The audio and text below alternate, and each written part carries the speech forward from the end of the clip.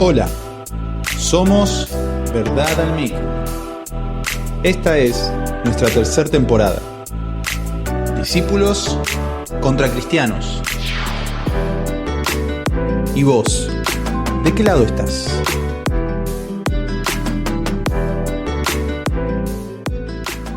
Hola a todos, bienvenidos a Verdad al Mic. Gracias por estar ahí como cada lunes. Y estamos siguiendo esta serie, como ya sabían, de discípulos contra cristianos, con el propósito de que nosotros, lo que hemos creído, veamos de qué lado estamos de la balanza. Decíamos en el primer episodio que un cristiano es aquel que ha creído en Jesucristo como su Salvador, que eso está bien, eso es suficiente para su salvación, pero que un discípulo es aquel que va más allá. Un discípulo va tras las enseñanzas de su Señor, un discípulo va a aprender cada día de su Señor, a imitar a su Señor, imitar su conducta, seguir sus palabras y transmitírselas fielmente a otros. Ahora, nuestro Señor no es un hombre común, nuestro Señor es el Dios del cielo y de la tierra, de manera que el mandato que tenemos de ser sus discípulos es un mandato muy alto que requiere la intervención total del Espíritu Santo.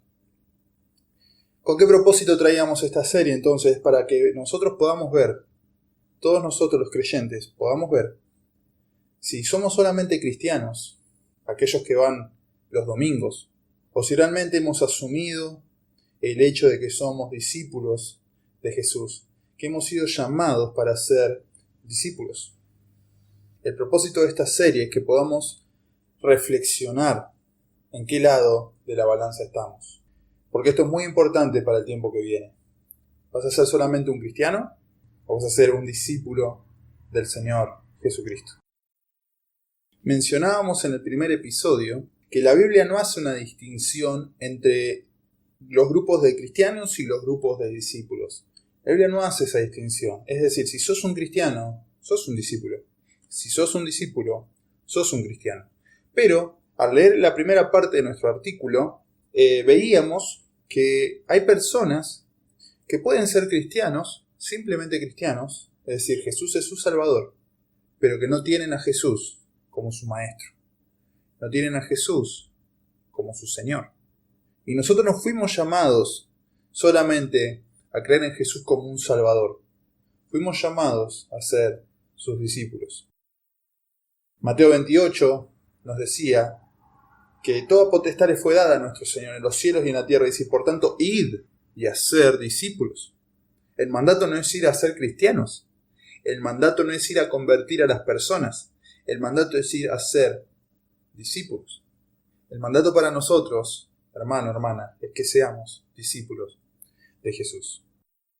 Como decíamos también, estamos tomando esta serie del magazine Table Talk, que es el magazine que pertenece al Ministerio Ligonier en español, ministerio fundado por el teólogo Sproul. Y en esta serie de artículos, en esta oportunidad vemos lo que es el discipulado. Es una serie de artículos publicadas en 2018, que ha sido de mucha bendición para mi vida, y queremos que reflexionemos realmente en este punto. ¿Dónde estamos?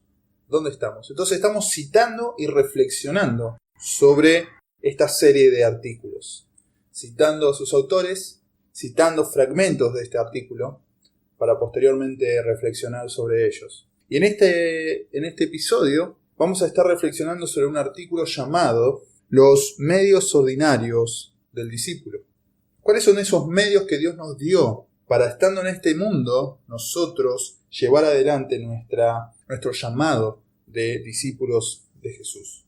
Para ver esto, vamos a estar siendo guiados por el pastor Aaron Nance. Él es un pastor presbítero en el vecindario de Valentine, en Carolina del Norte, precisamente más en Charlotte.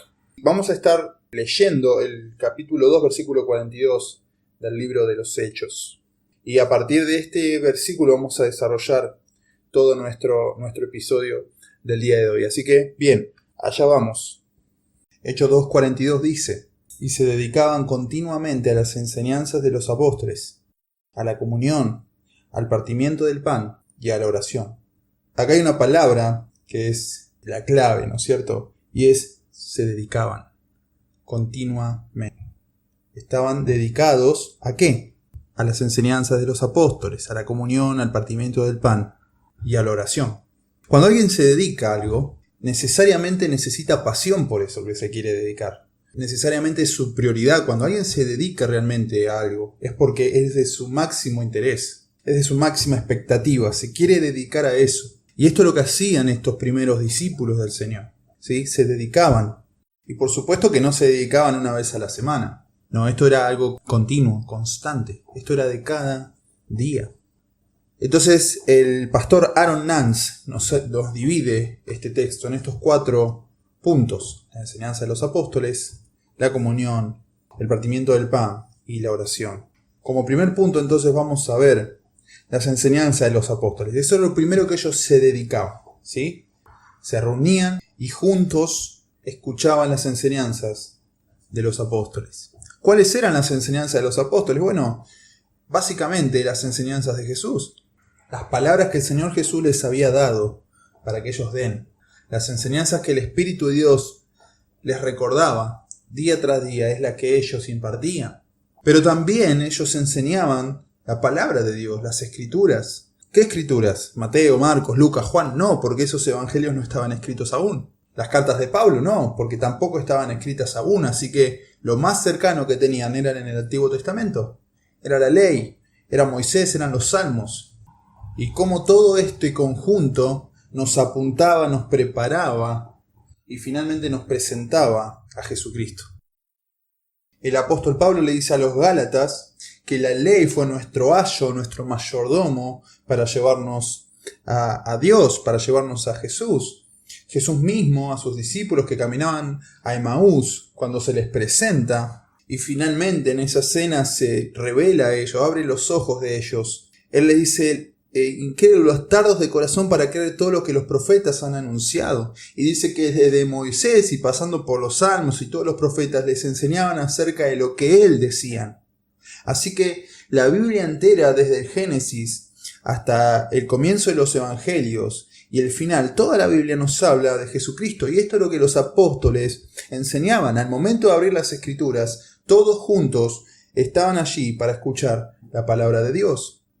La pregunta es: ¿estamos asistiendo regularmente a la predicación de la palabra de Dios? ¿Tenemos devoción por la palabra de Dios? Estoy convencido que una de las primeras razones por la cual no crecemos en la fe es porque no tenemos una devoción sincera hacia la palabra de Dios. No somos diligentes en el estudio de la palabra de Dios. Y eso debe cambiar si sos un discípulo, si querés ser un discípulo de Jesucristo. Es sumamente importante la devoción por la palabra de Dios. Y eso es en algo que tenés que trabajar, que tengo que trabajar, que pedirle al Espíritu Santo. Que haya devoción. Pero lo que también estamos llamados a hacerlos en comunión. Recuerden que los discípulos estaban juntos en esta devoción por la palabra de Dios. Los discípulos estaban juntos. La pregunta que te hago es: ¿con quiénes estás compartiendo tiempo de devoción por la palabra de Dios? Y eso nos lleva a nuestro segundo punto, que es justamente la comunión. Ellos se dedicaban continuamente a la comunión. El pastor Nance nos dice que nuestro Dios es un Dios trino, un Dios de comunión. Y Él nos creó con el propósito de vivir en comunión, y en comunión con Él, y en comunión con los que Él ha creado para su gloria. Vos no sos una persona, un cristiano que puede estar solo en el desarrollo de tu fe, de tu caminar con Dios. Dios te puso en un cuerpo, que es su iglesia, y Él es la cabeza. Y es ahí donde tenemos que estar, en la comunión de los santos, en la comunión con Dios. Y debe haber una devoción por esto, amén. Debemos pedirle al Espíritu Santo vivir en esta comunión que Él nos dio, ¿sí? Que Dios nos dio en Cristo Jesús. Es en la comunión con los santos donde somos edificados, donde somos fortalecidos, donde somos exhortados, donde somos animados a permanecer en la fe. Difícilmente un cristiano que se aísla y vive solo su fe pueda prosperar, pueda crecer. Dios nos ha creado para vivir en comunión. Déjenme compartirles algo que veía hace unos días y que fue de mucho impacto para mi vida. Provocó por un lado gozo y por otro lado ha provocado tristeza.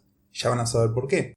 En un video visto en Facebook, en la página llamada Fe Razonable, que preside William Lane Craig, él está en una universidad una conferencia, y un joven se levanta y le pregunta lo siguiente: si Dios es un Dios perfecto, ¿por qué tuvo la necesidad de crear seres humanos, si Él es perfecto? Y este hombre le contesta: Dios no creó por necesidad. Dios vivía en comunión perfecta con el Hijo y con el Espíritu Santo. Todo era pleno, todo es pleno en la Trinidad. Todo es perfecto y suficiente. Él no tenía necesidad de crear absolutamente nada. Él creó por libre voluntad.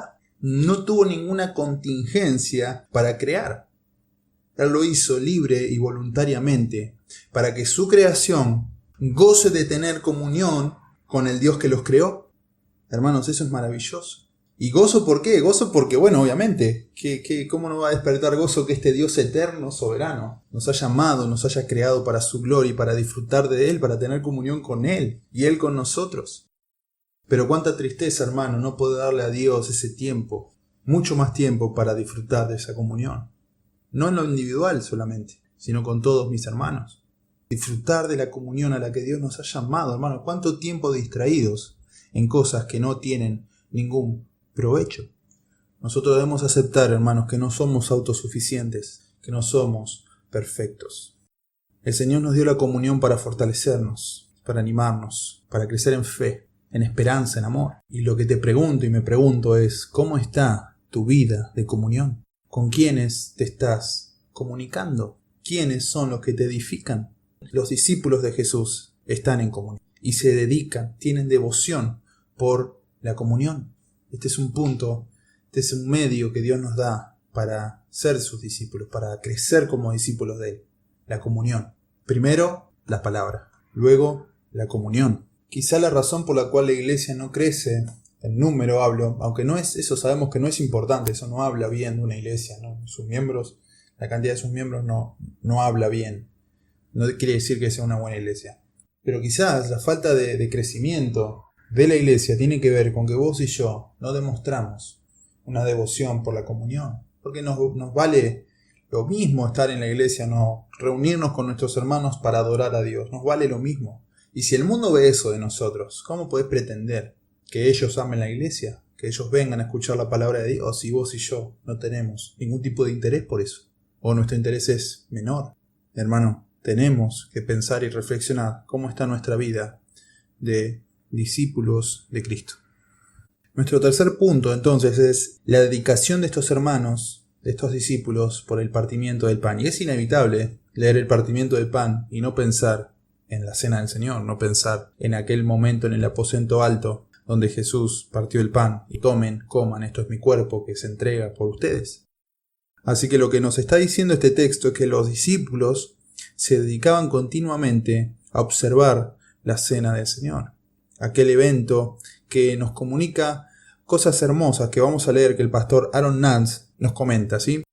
Él dice: de forma metafórica, estos sacramentos nos comunican el amor adoptivo del Padre, la gracia sacrificial del Hijo y la comunión vivificante del Espíritu Santo. Al meditar en ello, podemos ser transformados y equipados por nuestro Dios. ¿Sí? Otro de los sacramentos es la comunión de los santos. Y ahí nosotros recordamos que fuimos hechos miembros los unos de los otros. No estamos para estar solos, como decíamos hace un momento. Estamos puestos por Dios para estar juntos, hermanos, y adorarlo y servirlo de forma corporativa. Y no hay sermón predicado en internet que puedas ver, aunque impacte tu vida, que pueda reemplazar esto de juntos observar la cena de nuestro Dios, donde recordamos su sacrificio, donde recordamos su amor, cómo Dios nos quiso adoptar por medio del sacrificio de Jesús. Para esto no hay reemplazo. Esto es necesario para los discípulos de Jesús. Cuando recordamos, cuando conmemoramos la cena del Señor, lo que nosotros experimentamos es que Cristo está con nosotros. Él está presente. No lo podemos quizás explicar, pero sí sabemos que esto es así. Él prometió estar en medio de nosotros. Y Él está allí cuando estamos compartiendo la cena, conmemorando su sacrificio y dando gloria a Dios por entregar a su Hijo por nosotros. Finalmente, los discípulos se dedicaban continuamente a la oración. La oración para el cristiano comunica mucho para sí mismo como para los demás. Un cristiano que no ora es una contradicción, decía alguien por ahí. La oración comunica que no confiamos en nosotros mismos, que confiamos solamente en Dios. La oración comunica que no podemos solos. La oración comunica que amamos a nuestro Padre y queremos hablar con Él, encontrarnos con Él mediante la oración que hacemos por medio de Jesucristo, guiados por el Espíritu Santo. En la oración presentamos nuestros deseos, en la oración presentamos nuestras aflicciones y le decimos: Señor, sea hecha tu voluntad. Señor, venga tu reino a este mundo, que se hagan las cosas en esta tierra como se hacen en los cielos. Cuando oramos estamos pidiendo que la voluntad de Dios se haga para nosotros y no nuestra propia voluntad, así como oraba nuestro Señor Jesús en Getsemaní. Hermanos, no puede postergarse la oración. Ahora, recordemos, estamos hablando en plural. Los hermanos se dedicaban a la oración. La pregunta es: ¿cómo está nuestro tiempo de oración en comunión con la iglesia? Porque orar solo en nuestra habitación de forma íntima es correcto, pero también sabemos que podemos orar a Dios corporativamente, juntos. Recordemos a los discípulos ahí con las mujeres el día de Pentecostés. Ellos estaban orando a Dios, y mientras oraban dice que entró con un viento sorprendente ahí en ese aposento, y todos recibieron lenguas como fuego. Así que ellos experimentaron el poder de Dios cuando estaban orando. Daniel tuvo visiones de Dios mientras oraba. Y con esto no quiero decir busquemos la oración para tener visiones. No, lo que estoy diciendo es que Dios se manifiesta y manifiesta su poder cuando su pueblo le ora.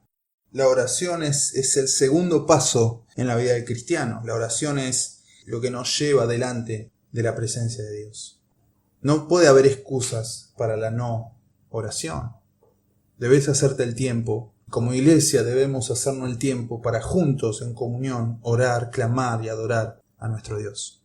Charles Lewis, el gran escritor del siglo XX, dijo: Jesús era el hombre más ocupado, sin embargo, él siempre oraba. Pudiéramos hacer un episodio entero hablando de la oración, pero queremos que miremos estos puntos para justamente ver cómo está nuestra vida de discipulado delante de aquel que nos llamó para ser sus discípulos.